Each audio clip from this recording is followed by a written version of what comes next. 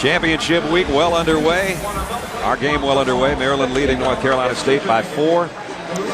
We got so much basketball for you on ESPN, ESPN2, ESPN Classic. The game's all available on ESPN 360. 34 championships, 89 men's and women's games over the course of the next week plus. Personally, this is my favorite week of the year because you see teams like at Georgia State last night throwing in from 30 feet, keep their hopes alive.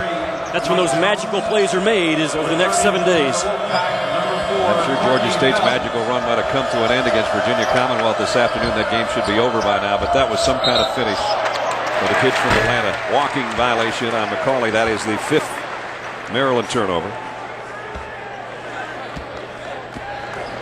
Gary Williams, boy, he was all business when we talked to him before the game.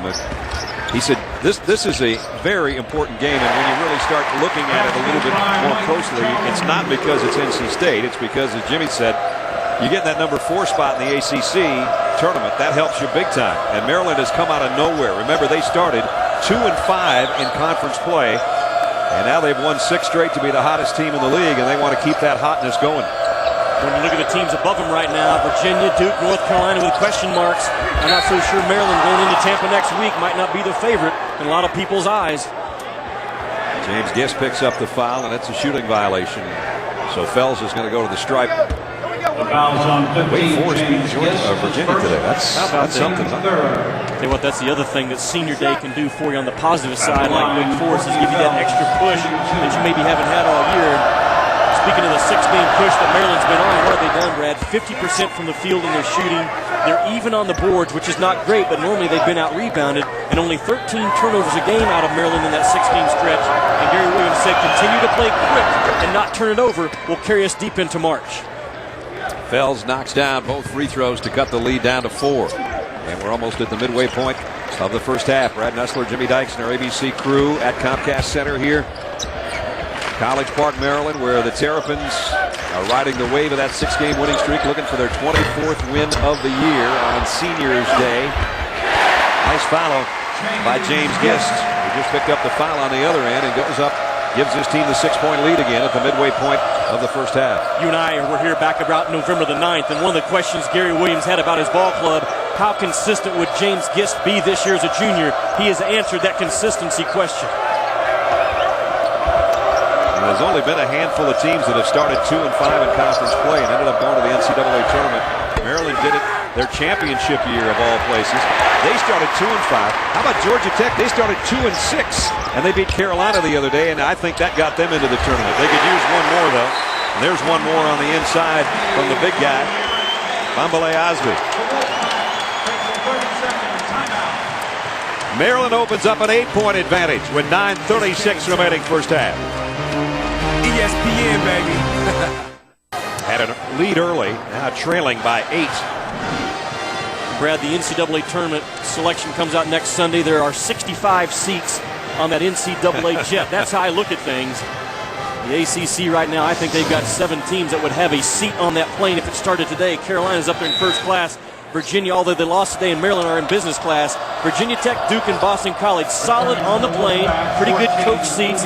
Last row, middle seat, Georgia Tech with that win on Thursday night. They are on the plane right now. If they lose tomorrow, they got to step back off the plane and try to play their way back onto the plane, in my opinion. So you got Clemson and Florida State on standby at the gate and probably not going to get their bags, right? They're not even on the standby. They're not even standby. They're hung up in the security line.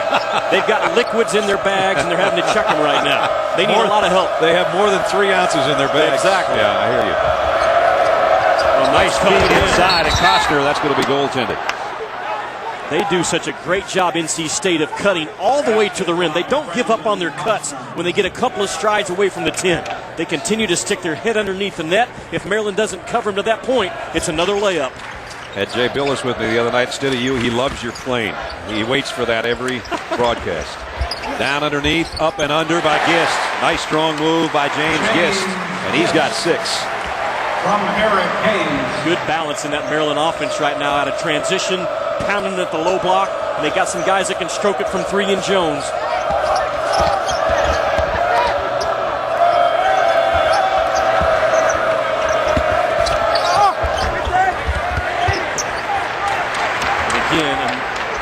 one shot and done for NC State. They just do not get second opportunities over a 40-minute game. On a drive, Jones, offensive foul. Mike Jones picks up the foul. Tomorrow on ABC, Kobe Bryant and the Lakers head to Phoenix. He'll take on Steve Nash and the Suns. ABC's NBA Sunday coverage starts at 3 Eastern right here on ABC.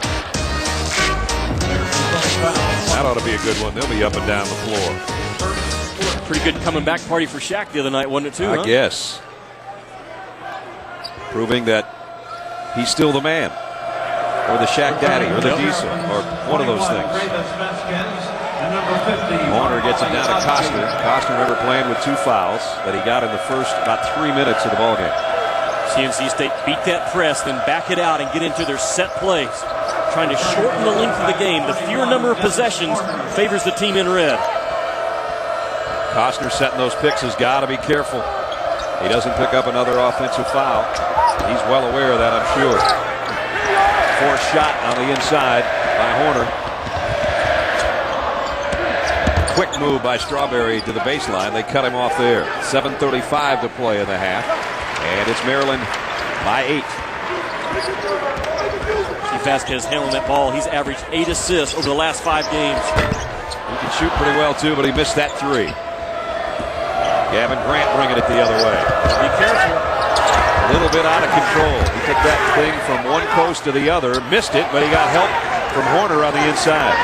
One of the tougher plays you and I have seen out of Horner all year, because a lot of times he checks in a little timid as a freshman. A little toughness about him with that traffic rebound. He's learning. Osby, he goes down. No traveling violation. And the ball kicked out to Strawberry. The ball never changed possession, so the shot clock continues to run down to 12. It's Hayes with a teardrop. Eric Hayes.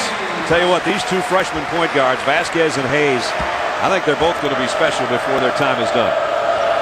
NC State tried to cup the point guard out top. The cup got separation, and Hayes just slipped right through it and pulled up and avoided the charge. Beautiful play out of the point guard. Horner out on top. Here's Atzur trying to pack it into Costner. Osby on his hit. Costner takes it to the baseline and rejected by Gist. Coming the other way behind the back. And Vasquez threw it away.